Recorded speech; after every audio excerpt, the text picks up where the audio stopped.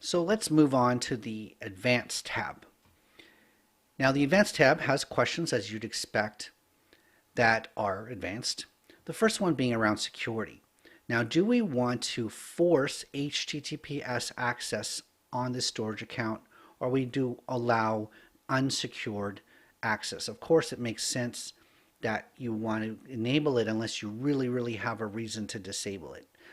HTTPS access, of course, means that data is going to transfer over the open internet unencrypted, and you don't want unencrypted traffic. You want HTTPS enabled. So leave this as the default in most cases.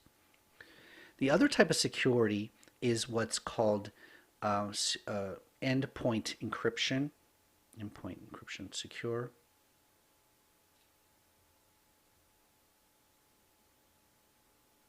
Three, two, one. The other type of security is called storage account endpoints. By default, this storage account will be accessible from the open internet and from any of our virtual machines and other resources running on any of our networks. If we wanted to increase the security of this, we can select a specific virtual network that this storage account would be tied to. So as it says, only the selected network will be able to access this storage account. Now I don't have any virtual networks at the current time, so I could obviously create one. But if I wanted this storage account, let's say the storage account, the purpose of it was only to service a set of virtual machines and would never ever need to be accessed from the open internet. Well, it's a better set of security for this to be tied to that specific virtual network only. Okay, so this is an enhancement to security, and it's recommended if you can. Now, if your storage account needs general access from anywhere, from any time, or from applications that run outside of Azure, then you might have to go with the all networks. Now, this is a data lake storage specific question. We're going to leave the default there for now. Now, tagging, I might have mentioned this in the virtual machine section, but if you're going to create resources in a production environment, in a corporate environment with lots of different owners, lots of different applications, business units, you might want to start using tagging. And tagging is a way that you can identify who owns this, what's the billing code, or is this supposed to be a development system or a production system? This is metadata about your resources. Almost all of the resources within Azure support this, and so if you want to use tagging, absolutely go ahead. So we're on to the review screen. Now we can see the settings that we've selected. Okay. We also, just like a virtual machine, have the ability to download the ARM templates for this, and then we can use automation to generate this again and again, make this our standard template for storage accounts. So I'm going to hit create. So that took only 30 seconds for the storage account to be created. Let's go into it.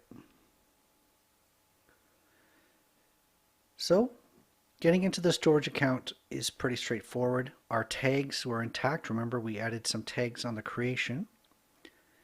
It is locally redundant storage, v2 version in Central US. Now I'm going to close this summary here, and we're looking at the storage account full. Now there are 4 services in a standard storage account: blobs, files, tables, and queues.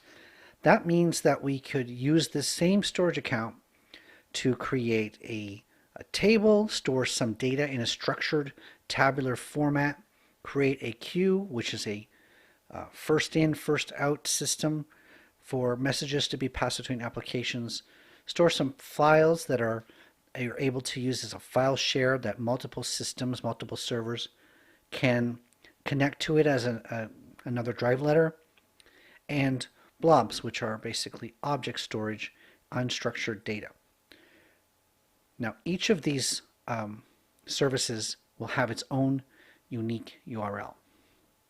We're going to get talking about blobs and other types of storage individually in a second.